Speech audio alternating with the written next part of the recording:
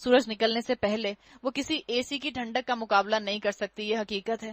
تو اللہ نے کہہ دیا کہ زمین کو، کائنات پر غور کرو اور اللہ تک پہنچ جاؤ۔ پہاڑوں کو اللہ نے میگھوں کی طرح گاڑ دیا اور تمہیں مردوں اور عورتوں کے جوڑوں کی شکل میں پیدا کیا، تمہاری نیند کو باعث سکون بنایا، رات کو پردہ پوش اور دن کو معاش کا وقت بنایا، تمہارے اوپر 7 آسمان قائم کیے اور ایک نہایت روشن اور گرم چراغ پیدا کر دیا۔ سورج کی گرمی سے ہی، فوٹو سنتھسس سے ہی فصلیں پکتی ہیں، بادل بنتے ہیں، کائنات کا نظام چلتا ہے۔ اور اللہ تعالیٰ نے کہا وَأَنزَلْنَا مِنَ الْمُعْصِرَاتِ مَاءً ثَجَّاجًا، اور بادلوں سے لگاتار بارش برسائی تاکہ اس کے ذریعے سے غلہ اور سبزی اور گھنے باغ پیدا کرے۔ جیسے تم کائنات کو یوز کرتے ہو، جیسے تم کائنات سے فائدہ اٹھاتے ہو، جو اللہ نے اس میں قوانین رکھے ہیں ان کو تم مانتے ہو، تو یہ بھی مان لو کہ قیامت آئے گی، آخرت آئے گی، اور جیسا اللہ نے کہا ہے ویسی ہی آئے گی۔ ہم بھی اللہ سے دعا کرتے ہیں کہ اللہ ہم نے جتنا قرآن سنا اس کو ہماری آخرت کی تیاری کے لیے ایک بہت بڑی مشعل راہ بنا دے۔ اللہ اس کو وجہ بنا دے، اس کو ریزن بنا دے، اس کو حجت بنا دے کہ اب ہم ہدایت پر آ ہی جائیں۔ اب ہم قرآن کو ایسے سنیں کہ فوراً ادھر سنیں اور ادھر عمل کریں، اور جو قوانین اللہ ہمارے دل میں اتر گئے ہیں اللہ ان پر ہمیں باعمل بنا دے۔ بے شک فیصلے کا دن ایک مقرر وقت ہے، جس روز سور میں پھونک مار دی جائے گی، تم فوج در فوج نکل آؤ گے اور آسمان کھول دیا جائے گا حتیٰ کہ وہ دروازے ہی دروازے بن کر رہ جائے گا۔ یعنی اللہ تعالیٰ نے اس آسمان کو جو آپ کی اور میری حفاظت کے طور پہ رکھا ہے، اس ایٹماسفیئر کی وجہ سے میٹورائٹس آسمان سے زمین پر آ کر نہیں گرتے۔ جب قیامت آنی ہوگی اللہ یہ پروٹیکشن بھی ہٹا دے گا، اللہ آسمان کی پروٹیکشن ہٹا دے گا، اللہ سمندروں کو پھاڑ دے گا، اللہ زمین پر زلزلے جاری کر دے گا، زمین کا ہاٹ میگما زمین کے اوپر آ جائے گا، لاوے سے زمین بھر جائے گی، انسان کے پاس کہیں جانے کی کوئی جائے پناہ نہ ہوگی، اور پہاڑ چلائے جائیں گے یہاں تک کہ وہ سراب ہو جائیں گے۔ در حقیقت جہنم ایک گھات ہے۔ گھات کا مطلب ایسا ٹریپ جس سے اس کو انسان کو پتہ نہ چلے جس کو ٹریپ کیا جا رہا ہے، اچانک سے اللہ اس کو پکڑ لے گا۔ اللہ تعالیٰ نے اس کو گھات کیوں کہا؟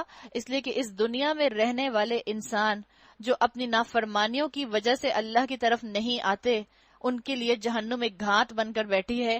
ادھر موت کے دروازے میں داخل ہوں گے، ادھر جہنم کے اندر ان کا دوسرا قدم آ جائے گا، ان کی قبروں کے اندر جہنم کا گڑھا کھود دیا جائے گا۔ سرکشوں کا ٹھکانہ ہے جس میں وہ مدتوں پڑے رہیں گے، لابثین فیہا احقابا۔ آپ کو بتایا تھا پہلے بھی کہ اللہ تعالیٰ نے یہ قرآن میں ایک اسکالر کے مطابق کم سے کم مدت بتائی ہے کسی بھی گناہ گار کے جہنم میں رہنے کی۔ ایک مدینہ کے شیخ تھے، شیخ التجویری، ان سے ان کے شاگرد نے پوچھا کہ اللہ تعالیٰ نے قرآن میں کوئی کم سے کم مدت بتائی ہے کہ جس میں جہنم میں کوئی انسان پڑا رہے گا؟ کیا قرآن سے کوئی دلیل آپ دے سکتے ہیں؟ تو انہوں نے سورہ نبا کی یہی والی آیت جو تھی وہ پڑھ کر سنائی تھی، آیت نمبر 23، لابثینا، وہ پڑے رہیں گے، فیہا، اس میں، احقابا، سال ہا سال تک، مدتوں، احقابا حقوب کی جمع ہے۔ حقوب عربی زبان میں کہتے ہیں 1000 ملین ایئر، اور اللہ تعالیٰ نے 1000 ملین ایئر کی بھی یہاں پر پلورل فارم لکھی ہے۔ کتنے سال پڑے رہیں گے آپ اور میں گن نہیں سکتے، اور یہ زمین کے 24 گھنٹوں والا حساب نہیں ہے۔ 1000 ملین ایئر جو ہیں، 1000 ملین ایئرز جو ہیں وہ زمین والے نہیں ہیں، یہ اللہ کے نظام کے ہیں۔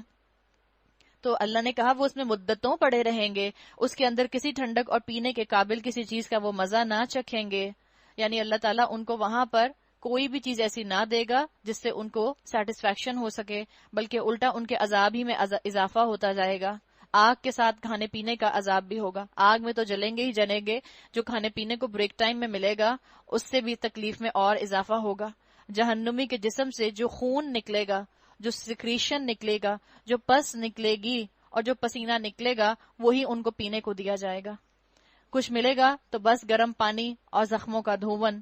ان کے کرتوتوں کا بھرپور بدلہ، وہ کسی حساب کی توقع نہ رکھتے تھے، ہماری آیات کو انہوں نے بالکل جھٹلا دیا تھا۔ جب مسلم بن کر جینے کی چوائس تھی تو کافر بن کر کیوں جیے؟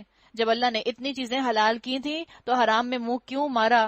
جب اللہ تعالیٰ نے نیکی کرنے کے اتنے آپشن دیے تھے، اپنی تسکین کے لیے خواہشات کو پورا کرنے کے شریعت کے دائرے میں آپشن دیے تھے، تو پھر اللہ کی خاطر عمل پر کیوں نہ آئے؟ گناہوں میں کیوں پڑے رہے؟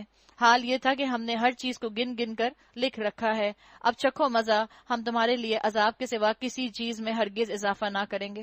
اللہ تعالیٰ نے یہ جو مجھے اور آپ کو قرآن میں ڈرایا ہے، اس لیے ڈرایا ہے تاکہ آپ اور میں آسٹرچ ایٹیٹیوڈ نہ اپنائیں، منہ اپنا جو ہے چھپا کر نہ بیٹھ جائیں، بلکہ آپ اور میں عمل میں آگے سے آگے دوڑیں اپنی نجات کے لیے۔ اللہ سے دعا کرتے ہیں اللہم اجرنا من النار، اللہ تعالی ہمیں آگ کے عذاب سے محفوظ رکھے۔ ان للمتقین مفازا، یقیناً متقیوں کے لیے کامرانی کا ایک مقام ہے، باغ اور انگور اور نوخیز ہمسن لڑکیاں اور چھلکتے ہوئے جام، وہاں کوئی لغو اور جھوٹی بات وہ نہ سنیں گے، جزا اور کافی انعام تمہارے رب کی طرف سے، اس نہایت مہربان خدا کی طرف سے جو زمین اور آسمانوں کا اور ان کے درمیان کی ہر چیز کا مالک ہے، جس کے سامنے کسی کو بولنے کا یارہ نہیں ہے۔ کوئی اللہ کے سامنے سفارش نہیں کر سکتا، کوئی بہانہ نہیں بنا سکتا کہ اللہ تعالیٰ میں تو اس کی بات مان رہی تھی، میں تو اس کی بات مان رہا تھا۔ جس روز روح اور ملائکہ صف بستہ کھڑے ہوں گے، کوئی نہ بولے گا سوائے اس کے جسے رحمان اجازت دے اور جو ٹھیک بات کہے۔ ہم پیچھے پڑھ آئے ہیں انسانیت پوری جمع ہوگی، گرینڈ گیدرنگ ہوگی، لیکن جس روز روح اور ملائکہ صف بستہ کھڑے ہوں گے، کوئی نہ بولے گا سوائے اس کے جسے رحمان اجازت دے اور جو ٹھیک بات کہے۔ ہم پیچھے پڑھ آئے ہیں انسانیت پوری جمع ہوگی، گرینڈ گیدرنگ ہوگی، لیکن آوازیں صرف اور صرف وسپرنگ کی آ رہی ہوں گی، صرف اور صرف وسپرنگ کی۔ خوف طاری ہوگا ہر ایک کے اوپر، آوازیں حلق سے نکل نہیں رہی ہوں گی۔ ذالک الیوم الحق، وہ دن بر حق ہے، اب جس کا جی چاہے اپنے رب کی طرف پلٹنے کا راستہ اختیار کر لے۔ اوپن آفر اللہ تعالیٰ نے دے دی۔ انسان اپنی عقل کو، انسان اپنی عمر کو، انسان اپنی صلاحیتوں کو دنیا میں صرف نہ لگائے، دنیا کمانے کا ان کو صرف اور صرف ٹول نہ بنائے، ان کو آخرت کے لیے استعمال کرے۔ شیطان تو آپ کو اور مجھے گناہوں کو سجا کر دکھائے گا، لیکن یاد رکھیں اللہ مجھے اور آپ کو صراط مستقیم پر بڑھنے کے بڑے انسینٹیو دیتا ہے۔ اللہ چاہتا ہے ہم فرائض بھی پورے کریں، فرائض پورے کرنے کے بعد نوافل بھی پورے کریں اور سیدھے راستے پر ٹھٹک کر نہ رہ جائیں، بلکہ آگے سے آگے بڑھتے جائیں اور آخری سانس تک اس محنت کو ہم اپنے ساتھ قائم و دائم رکھیں۔ اور یاد رکھیں آخرت کا دار و مدار کسی کی شفاعت پر نہ رکھیں، ورنہ ہم نے اپنی پوری 60-70 سال کی زندگی ضائع کر دی۔ یہ جو آپ کی اور میری زندگی کا 60-70 سال کا چیپٹر ہے، اس کو ضائع مت کیجیے گا کسی کی شفاعت کے سہارے پر۔ اللہ نے یہاں کہہ دیا کہ کسی کو اجازت نہیں ہوگی، لیکن جسے رحمان بولنے کی اجازت دے گا۔ ہم نے تم لوگوں کو اس عذاب سے ڈرا دیا ہے جو قریب آ لگا ہے، جس روز آدمی وہ سب کچھ دیکھ لے گا جو اس کے ہاتھوں نے آگے بھیجا ہے۔ وَيَقُولُ الْكَافِرُ يَا لَيْتَنِي كُنْتُ تُرَابًا، اور کافر پکار اٹھے گا کاش کہ میں خاک ہوتا، کاش مجھے یہ انجام نہ دیکھنا پڑتا۔ سورۃ النازعات